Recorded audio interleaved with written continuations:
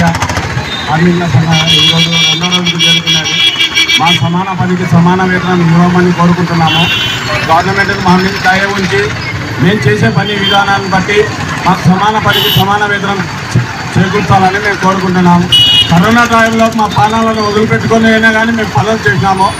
దయ ఉంచి మాకు గవర్నమెంట్ మాకు సహకరించాలని మేము కోరుకుంటున్నాము.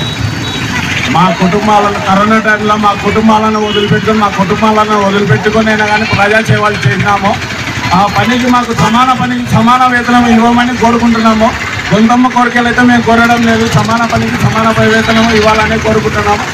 గవర్నమెంట్ మా మీద దయ ఉంచి మా మీద సానుభూతి చూపించి మాకు సమాన పనికి సమాన వేతనం ఇవ్వాలని కోరుకుంటున్నాము.